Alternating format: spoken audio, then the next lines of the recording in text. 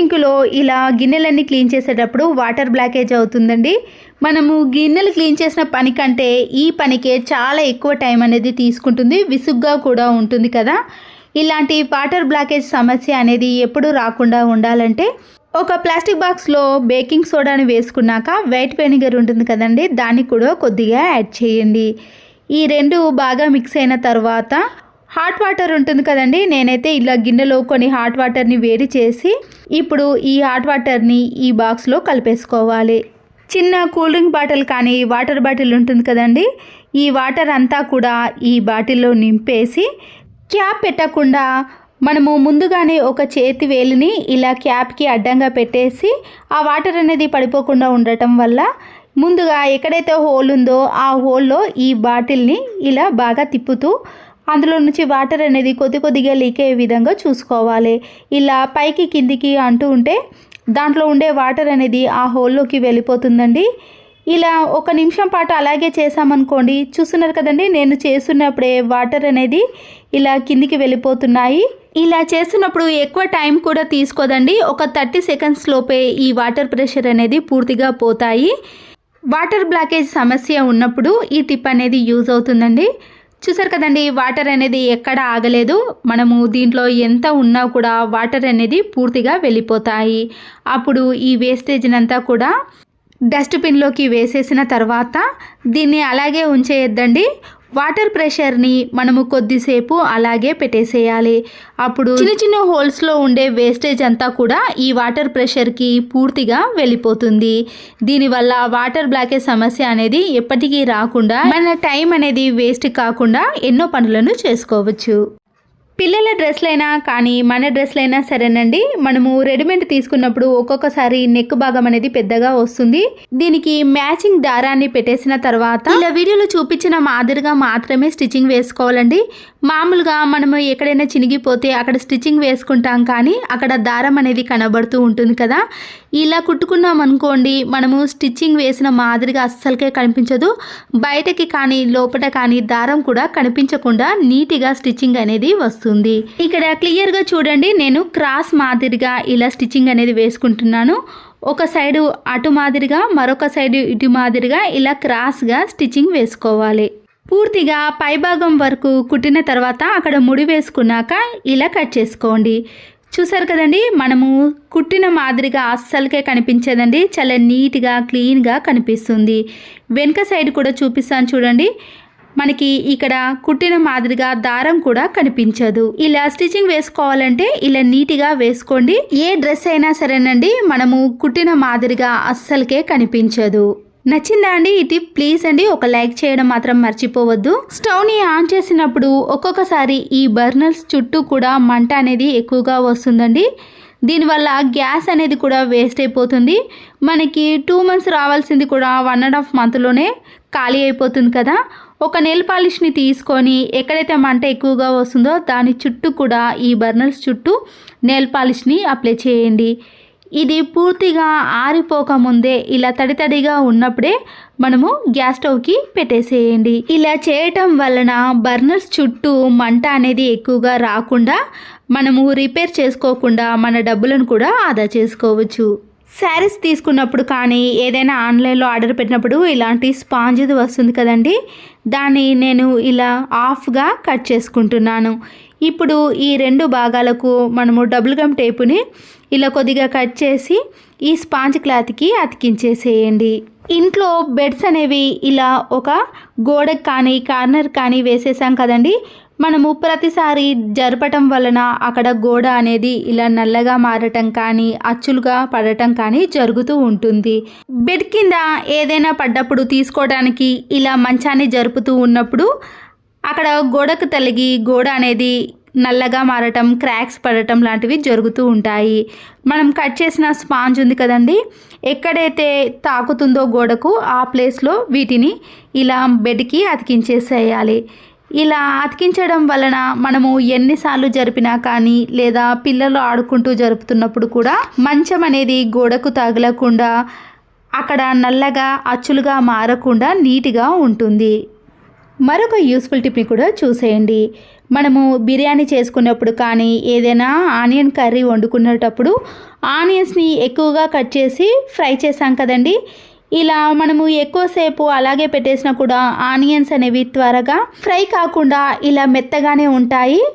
త్వరగా ఫ్రై అవ్వాలంటే కొద్దిగా సాల్ట్ని వేసి ఇలా ఆయిల్లో ఫ్రై చేసామనుకోండి, మూత పెట్టకపోయినా త్వరగా ఈ ఆయిల్లో ఫ్రై అయిపోతాయి. అప్పుడు మనకి గ్యాస్తో పాటు టైం కూడా చాలా సేవ్ అవుతుంది.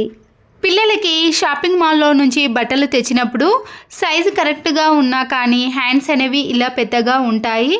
అప్పుడు మనము ఇలా మలుచుకున్నామనుకోండి, చూడడానికి బాగుండదు కదా.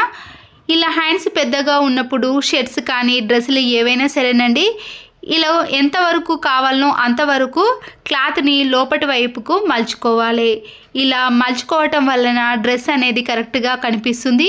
హ్యాండ్స్ అనేవి పెద్దగా అనిపించదండి. మనము ఏ సైజులో కావాలనుకుంటే ఆ సైజులో మలుచుకోవచ్చు. స్టిచ్చింగ్ వేసే పని కూడా ఉండదు. మరొక యూస్ఫుల్ టిప్, అప్పడాలు అనేవి ఇలా మనము ఒక బాక్స్లో వేసి స్టోర్ చేసుకున్నా కూడా ఒక్కొక్కసారి గాలికి మెత్తబడిపోతాయండి. అప్పడాలు మనము ఆయిల్లో డీప్ ఫ్రై చేసినా కూడా మెత్తగానే ఉంటాయి. దీంట్లో కొన్ని మెంతులను వేసి డబ్బాని అలాగే పెట్టేసామనుకోండి, అప్పుడు అప్పడాలు అనేవి మెత్తబడిపోకుండా ఉంటాయి. ఎక్కువ కేజీలు తీసుకున్నప్పుడు పచ్చిమిర్చి అనేవి త్వరగా పండుబారటం కానీ ఇలా నల్లగా వక్కిపోవటం లాంటివి జరుగుతూ ఉంటాయండి. పచ్చిమిర్చి అనేది వేస్ట్ అయిపోతూ ఉంటాయి కదా. మనము పచ్చిమిర్చిని ఇలా తొడిమెలన్నీ తీసిన తర్వాత ముందుగా ఒక పొడి క్లాత్లో ఈ పచ్చిమిర్చికి ఉండే తడినంతా కూడా తీసేయాలి. ఎక్కడ కూడా తడి లేకుండా చూసుకున్న తర్వాత ఇంట్లో వంట నూనె ఉంటుంది కదండి, దాన్ని 1 స్పూన్ మాత్రమే తీసుకొని ఈ పచ్చిమిర్చి పైన వేసేయండి. ఇప్పుడు ఈ నూనె అంతా కూడా పచ్చిమిర్చికి పట్టే విధంగా ఇలా పూర్తిగా అప్లై చేయాలి. ప్రతి ఒక్క పచ్చిమిర్చికి కూడా ఆయిల్ పట్టే విధంగా ఇలా రాసిన తర్వాత మనము ఒక బాక్స్లో కానీ లేదా ఒక కవర్లో స్టోర్ చేసుకున్నా కూడా పచ్చిమిర్చి అనేది త్వరగా పండుబారిపోకుండా ఇలా వక్కిపోకుండా ఎన్ని రోజులు ఫ్రిడ్జ్లో స్టోర్ చేసుకున్నా కూడా చాలా ఫ్రెష్గా ఉంటాయి. ఒక్కటి కూడా పాడవకుండా ఉంటాయి. కొత్తగా తీసుకున్న లెగ్గిన్ని కాళ్ళకు వేసుకున్నామనుకోండి, టైట్గా ఉండటం వలన చాలా టైం అనేది తీసుకుంటుందండి. పిల్లలకే కాదండి, మనం కూడా ఇలా లెగ్గిన్ని త్వరగా వేసుకోవాలి అంటే ప్లాస్టిక్ కవర్ని ఇలా కాలుకి కట్టేసి తర్వాత మనము ఈ లెగ్గిన్ని వేసుకున్నామనుకోండి, ఈ కవర్ సహాయంతో లెగ్గిన్ అనేది ఈజీగా పైకి వచ్చేస్తుంది. అప్పుడు టైంతో పాటు మన పని కూడా చాలా ఈజీ అయిపోతుంది. చూసారు కదండి, కవర్ వేసిన దానికి కవర్ వేయని దానికి తేడా. ప్రతిరోజు రైస్ని వండుకునేటప్పుడు ఇలా రైస్ని 2-3 టైమ్స్ బాగా వాష్ చేసాం కదండి. ముందుగా వాష్ చేసిన వాటర్ని ఇలా ఒక గిన్నెలోకి వేసుకున్నాక మన ఇంట్లో ఉండే టీ పొడి కానీ కాఫీ పొడి ఏదైనా పర్వాలేదండి, 1/2 టీ స్పూన్ వరకు ఈ బియ్యం వాటర్లో కలిపేసేయాలి. దీంతో పాటుగా 1/2 టీ స్పూన్ వరకు పసుపును కూడా వేసుకొని వీటిని బాగా మిక్స్ చేయాలి. 20 డేస్కి ఒకసారి కానీ 15 డేస్కి ఒకసారి ఈ వాటర్ని చెట్లకు వేసామనుకోండి, చెట్లు అనేవి చాలా గ్రోత్గా, ఎలాంటి పురుగు పట్టకుండా ఆకులు అనేవి ఇలా గ్రీనిష్గా, పూల చెట్లు కానీ షోకేస్గా పెంచుకునే చెట్లు ఏవైనా సరేనండి ఇలా అద్భుతంగా పెరుగుతాయి. పెరుగు ప్యాకెట్లో నుంచి మనకి ఎంత కావాలనో అంతే యూస్ చేసిన తర్వాత ఇలా ఒక గిన్నెలో పెట్టుకొని కవర్ని ముడిచేసి ఫ్రిడ్జ్లో పెట్టేసామండి. కానీ ఒక్కొక్కసారి ఫ్రిడ్జ్లో అంతా పెరుగు వాసన కానీ ఫ్రిడ్జ్లో ఉండే వాసన అంతా కూడా ఇలా పెరుగుకు కూడా పట్టేస్తుంది. అప్పుడు మనము వేసుకున్నా కూడా స్మెల్ అనిపిస్తుంది. అలా స్మెల్ లేకుండా ఉండాలంటే ఇలా కట్ చేసిన వరకు మనము ఒక రబ్బర్ బ్యాండ్ను వేసి ఫ్రిడ్జ్లో స్టోర్ చేసుకున్నాం అనుకోండి, ఫ్రిడ్జ్ కానీ పెరుగు కానీ వాసన అస్సలకే ఉండదు. చాలా రోజులైనా కూడా పెరుగు ఫ్రెష్గా ఉంటుంది. మరొక useful tip, fair and lovely కానీ పాండ్స్ క్రీమ్ కానీ మనము ఫేస్కి ఏది అప్లై చేసినా సరేనండి, ఫంక్షన్స్కి కానీ పండగలకి మనము ఎక్కడికైనా బయటకి వెళ్ళినప్పుడు చాలామంది ఫేషియల్ చేసుకుంటారు కదా. అలా చేసుకున్న తర్వాత కొన్ని రోజులకు మళ్ళీ ఫేస్ అనేది అలాగే ఉంటుంది. బ్యూటీ పార్లర్కి వెళ్ళి వందలు డబ్బులు ఖర్చు పెట్టి చేసుకునే బదులు ఇంట్లోనే ఏ క్రీమ్ వాడతామో ఆ క్రీమ్లో కొద్దిగా పసుపుని యాడ్ చేసి ఇలా చాలాసేపు మిక్స్ చేసిన తర్వాత మనము ఫేస్కి అప్లై చేసామనుకోండి, ఫేస్ అనేది మంచి గ్లో అనేది వస్తుంది. ఇది ఫేస్కి రాసేసి మొత్తం అప్లై చేసినాక మీకు అప్లై చేసిన దానికి అప్లై చేయని దానికి తేడా అప్పుడే తెలిసిపోతుందండి. మంచి గ్లో ఉంటుంది. మనం ఇందులో పసుపు వేయటం వలన, యాంటీబయాటిక్ ఉండటం వలన ఎలాంటి మచ్చలైనా ఈజీగా తగ్గిపోతాయి. మీకు ఇక్కడ లైవ్లో చూపిస్తున్నాను చూడండి. అప్లై చేసిన దానికి అప్లై చేయని దానికి తేడా కనిపిస్తుంది కదండి. ఫేస్కి అయితే ఇది అప్లై చేసిన వెంటనే మంచి గ్లో అనేది కనిపిస్తుంది. ఎండాకాలంలో ఎండుమిర్చిని మనము కారం కోసం ఇలా తొడిమెలు తీసినప్పుడు కానీ, కర్రీ కోసం మామూలుగా ఇలా పచ్చిమిర్చి తొడిమెలు తీసి బాక్స్లో స్టోర్ చేసుకున్నా కానీ కర్రీలో వేసేటప్పుడు మన చేతులు అనేవి కారంగా అయ్యి పిల్లలకి తాకినా కానీ మన కళ్ళకి ఎక్కడైనా పెట్టుకున్నా కానీ మంటగా అనిపిస్తుంది. పచ్చిమిర్చిని తీసిన వెంటనే మన ఇంట్లో ఉండే ఏదైనా పేస్ట్ పర్వాలేదండి. ఇక్కడ కోల్గేట్ పేస్ట్ని ఇలా చేతికి అప్లై చేసి 2-3 సార్లు బాగా రుద్దేసిన తర్వాత వాటర్తో క్లీన్ చేసుకోవాలి. ఇలా క్లీన్ చేసుకోవటం వలన చేతులకు కారం అనేది అస్సలకే అనిపించదు. మనము సమ్మర్లో బాగా ఎండుమిర్చి తొడిమెలు తీసినప్పుడు కూడా ఈ టిప్ అనేది చాలా బాగా యూజ్ అవుతుంది. పువ్వులను మనము దేవుని గదిలో వాడటానికి ఇలా కొన్ని కానీ ఎక్కువగా తెచ్చుకున్నప్పుడు కానీ విడివిడి కనకాంబరాలు, మల్లెపూలు, ఏ పువ్వులైనా సరేనండి, మనము బాక్స్లో స్టోర్ చేసుకున్న కవర్లో పెట్టుకున్నా కూడా త్వరగా రెక్కలు అనేవి రాలిపోయి నల్లగా తయారవుతాయి. ముందుగా ఇలా ఒక ప్లాస్టిక్ బాక్స్ని తీసుకొని దాంట్లో న్యూస్ పేపర్ని కానీ పిల్లలు యూజ్ చేయని నోట్బుక్ పేపర్లు ఏదైనా సరేనండి కింద పరుచుకొని దాంట్లో పువ్వులను స్టోర్ చేసుకోవాలి. పైన మరొక న్యూస్ పేపర్ని కానీ ఇలాంటి పేపర్ని చించి అందులో వేసామనుకోండి, దాంట్లో ఉండే తడి అంతా కూడా ఈ పేపర్ అనేది అబ్జర్వ్ చేస్తుంది. అప్పుడు పువ్వులు ఎన్ని రోజులు మనము ఫ్రిడ్జ్లో స్టోర్ చేసుకున్నా కూడా ఫ్రెష్గా ఉంటాయి. ఈ టిప్ నచ్చిందా? ప్లీజ్ అండి ఒక లైక్ చేయండి. అలాగే మరొక యూస్ఫుల్ టిప్ని కూడా చూడండి. మనము మార్కెట్లో ఎక్కువ రేటు పెట్టి ఇలా మామిడికాయలు తీసుకున్నప్పుడు ఫ్రిడ్జ్లో కవర్లో అలాగే పెట్టేసామనుకోండి, ఈ మామిడికాయలు అనేవి త్వరగా మెత్తబడిపోతాయి. అలా మెత్తబడిపోకుండా ఉండాలంటే న్యూస్ పేపర్లో కొద్దిగా చించి ఒక్కొక్క మామిడికాయని మనము ఒక్కొక్క న్యూస్ పేపర్లో చుట్టి ఫ్రిడ్జ్లో కానీ బయట పెట్టుకున్నా కూడా మామిడికాయలు అనేవి మెత్తబడిపోకుండా మనము కర్రీలోకి వాడుకోవడానికి చాలా బాగా యూజ్ అవుతాయి. ఎగ్స్ని మనము ఇలా ఎక్కువ మొత్తంలో స్టోర్ చేసుకున్నప్పుడు చాలామంది ఫ్రిడ్జ్లో పెడతారు, కానీ ఎగ్స్ని అయితే ఫ్రిడ్జ్లో పెట్టకూడదండి. బయటనే స్టోర్ చేసుకోవడం చాలా మంచిది.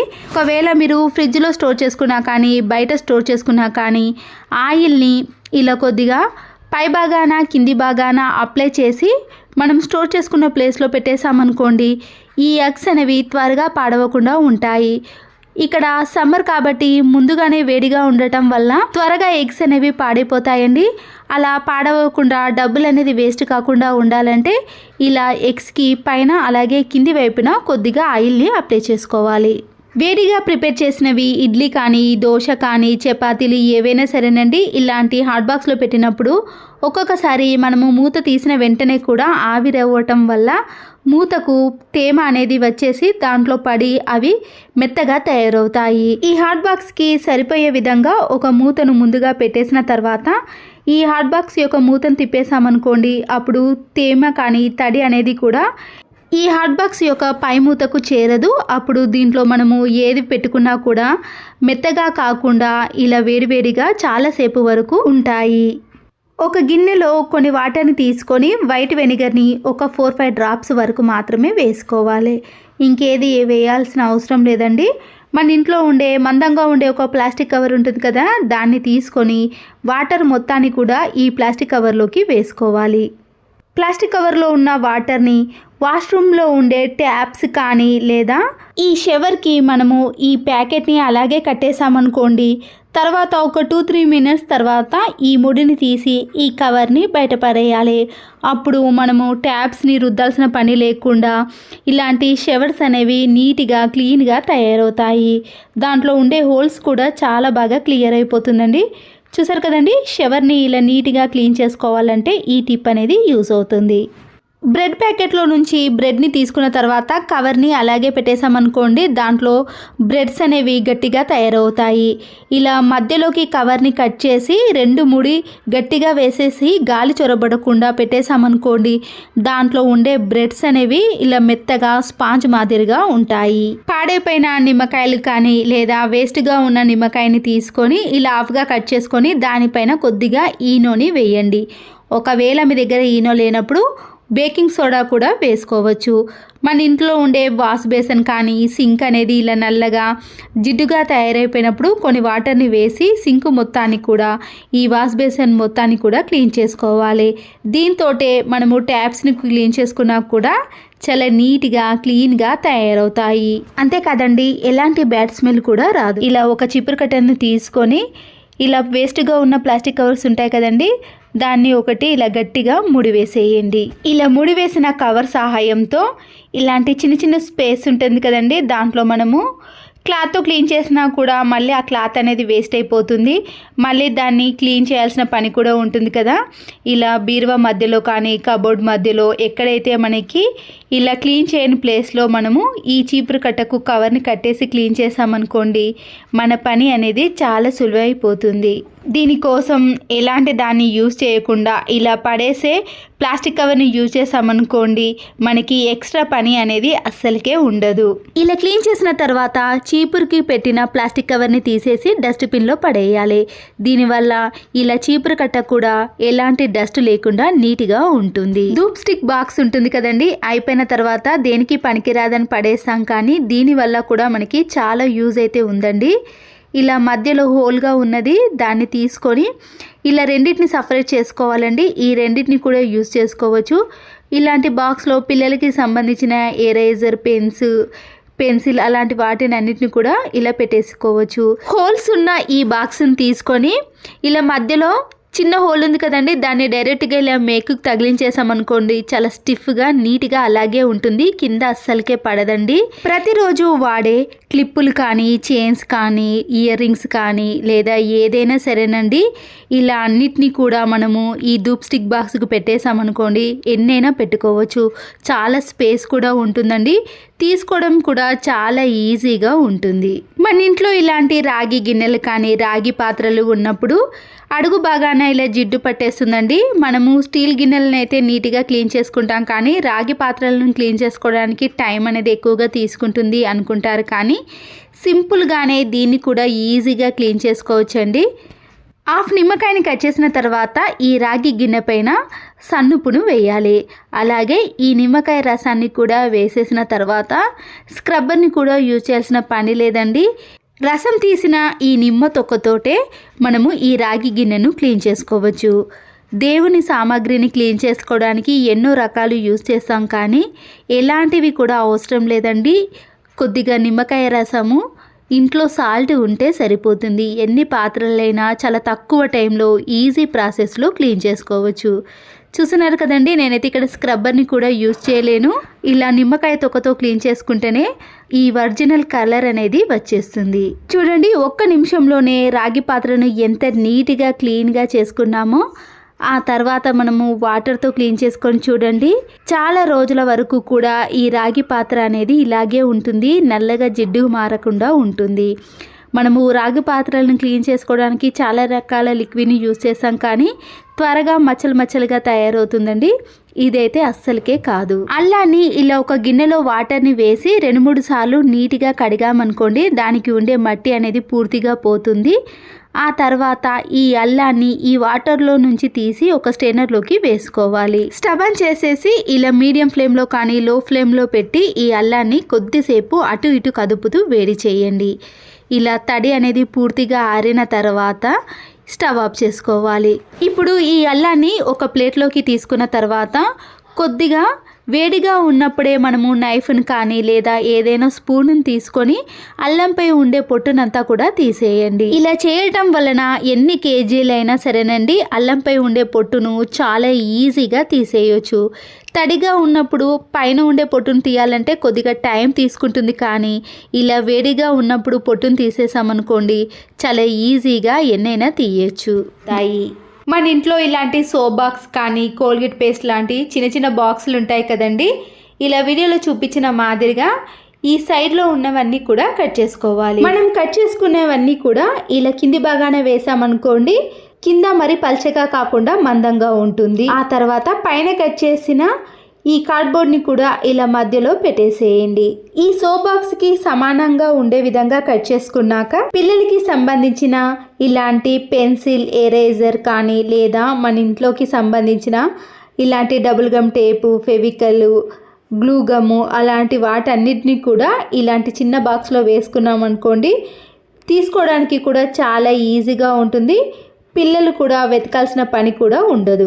అయిపోయిన పెన్స్ కానీ లేదా పెన్స్ అనేవి ఇలా ఇరిగిపోయినప్పుడు మనం వేస్ట్ అని పడేస్తాం కదండి, వీటిని కూడా చాలా రకాలుగా యూస్ చేసుకోవచ్చు. గ్యాస్ స్టవ్ పైన కానీ లేదా క్యాండిల్ సహాయంతో పెన్స్ యొక్క కింది భాగాన కాకుండా పై భాగాన మాత్రమే ఇలా క్యాండిల్కి కొద్దిగా వేడి చూపించి మనము చేత్తో ఇలా ప్రెస్ చేసామనుకోండి, ఇలా సైడ్కి ఇలా వచ్చేస్తుంది. ఇక్కడ ఎన్ని పెన్స్ తీసుకున్నామో అన్నీ కూడా ఇలా రెడీగా చేసి పెట్టేసుకోవాలి.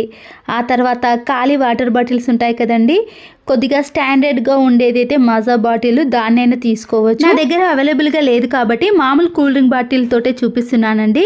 నైఫ్ని కొద్దిగా వేడి చేసి ఇక్కడ వాటర్ బాటిల్ యొక్క కింది భాగాన చిన్న చిన్న హోల్స్ కానీ లేదా ఇలా నైఫ్తో కానీ ఘాట్లు పెట్టుకోవాలి.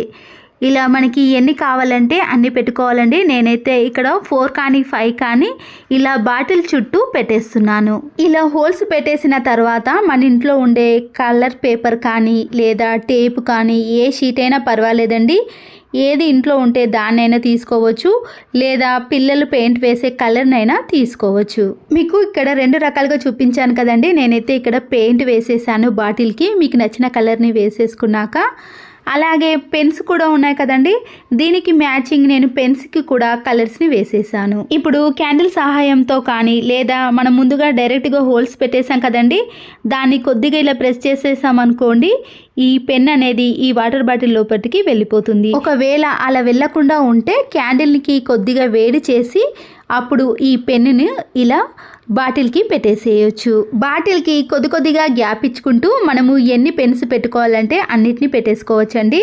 ఇక్కడ 4 పెన్నులను ఈ వాటర్ బాటిల్ చుట్టూ పెట్టేసిన తర్వాత పైభాగాన క్యాప్ని తీసి ఇలా కొద్దిగా నైఫ్కి వేడి చూపించి బాటిల్ యొక్క పైభాగాన కూడా మనము ఇలా ఘాట్లు పెట్టుకుని తర్వాత దాని చుట్టూ కూడా పెన్స్ని పెట్టేసేయచ్చు. లేదా మీరు పెన్నును కొద్దిగా వేడి చూపించి అయినా ఇంతకుముందు చూపించిన ప్రకారం పెట్టుకోవాలి. చూసారు కదండి, ఇలా మనం పెన్స్ అన్నీ కూడా వాటర్ బాటిల్కి పెట్టేసిన తర్వాత ఇలా నీట్గా కనబడుతుంది. ఈ ఖాళీ వాటర్ బాటిల్ కాబట్టి మనము దీనికి ఏదైనా బ్యాంగిల్స్ వేసినప్పుడు కింద పడిపోతుంది అనుకుంటే దీంట్లో మీరు చిన్న చిన్న రాళ్ళు కానీ ఇసుక కానీ నింపుకోవచ్చు. నేనైతే ఇక్కడ ఏది చేయలేదండి, డైరెక్ట్గా ఈ బాటిల్కి పెన్స్ పెట్టేసిన దగ్గర బ్యాంగిల్స్ని వేసుకుంటున్నానండి.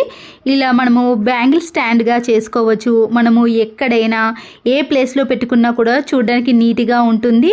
ఇలా మనం ఎక్కడికైనా ఫంక్షన్స్కి పండగకి వెళ్ళినప్పుడు డైరెక్ట్గా మనము బీరువాలో పెట్టుకోకుండా ఇలా బ్యాంగిల్ స్టాండ్కి పెట్టేసామనుకోండి, పిల్లలకి కానీ మనం కానీ ఇలా చూడడానికి నీట్గా ఉంటుంది. ఎప్పుడు కావాలన్నా తీసుకొని వేసుకోవడానికి అనుకూలంగా ఉంటుంది. మన ఇంట్లో డ్రెస్సింగ్ టేబుల్ కానీ కబోర్డ్స్ కానీ సెల్ఫ్లు ఉన్నప్పుడు ఇక్కడ పెట్టేసుకున్నాం అనుకోండి, వీటికి ఫ్లక్కర్లు కానీ చైన్స్ కానీ ఏదైనా పెట్టేసుకోవచ్చండి. బయట డబ్బులు ఖర్చు పెట్టి మనము బ్యాంగిల్ స్టాండ్ని తీసుకునే బదులు ఇలా ఇంట్లోనే ప్రిపేర్ చేసుకోవచ్చు. ఇది నచ్చితే మాత్రం తప్పకుండా ఒక లైక్ చేయండి. పికిల్స్ని మనము ఇంట్లో ప్రిపేర్ చేసినా కానీ బయట తెచ్చుకున్నప్పుడు దాంట్లో స్పూన్ వేసి అలాగే పెట్టేసామండి, ఒక్కొక్కసారి ఇలా అంచుల వెంబడి కానీ స్పూన్ మొత్తం కూడా నల్లగా తయారవుతుంది. మనము డీప్ ఫ్రై చేసిన ఆయిల్ ఉంటుంది కదండి, దాన్ని తీసుకొని పికిల్ క్యాప్ యొక్క లోపట ఈ డీప్ ఫ్రై చేసిన ఆయిల్ని కొద్దిగా వేసి ఇలా పూర్తిగా రాసేయాలి. ఆ తర్వాత స్పూన్ పెట్టినప్పుడు కూడా మనం ముందుగానే ఈ స్పూన్కి ఇలా ఆయిల్ని అప్లై చేసి ఈ పికిల్లో వేసేసామనుకోండి, నల్లగా స్పూన్కి అంటకుండా ఉంటుంది. ఏ చట్నీ అయినా సరేనండి, ఇలా ముందుగానే మనము అప్లై చేసి అందులో వేసామనుకోండి, చట్నీ కూడా నల్లగా మారకుండా ఉంటుంది. ఈ పికిల్ అనేది నేను బయట తీసుకున్నానండి. ఇలా ముందుగా మనకి దీనిపైన సిల్వర్ పేపర్ వస్తుంది కదా, దాన్ని తీసేసి ఇలా యూజ్ చేసినప్పుడు ఆ సిల్వర్ పేపర్ చుట్టూ కూడా చట్నీ అనేది నల్లగా తయారవుతుంది. అది తీసేసిన వెంటనే ఇలా దాని చుట్టూ కూడా ఈ ఆయిల్ని అప్లై చేసామనుకోండి, పికిల్ అనేది చాలా ఫ్రెష్గా ఎన్ని రోజులు యూజ్ చేసినా కూడా ఎలాంటి స్మెల్ లేకుండా ఉంటుంది.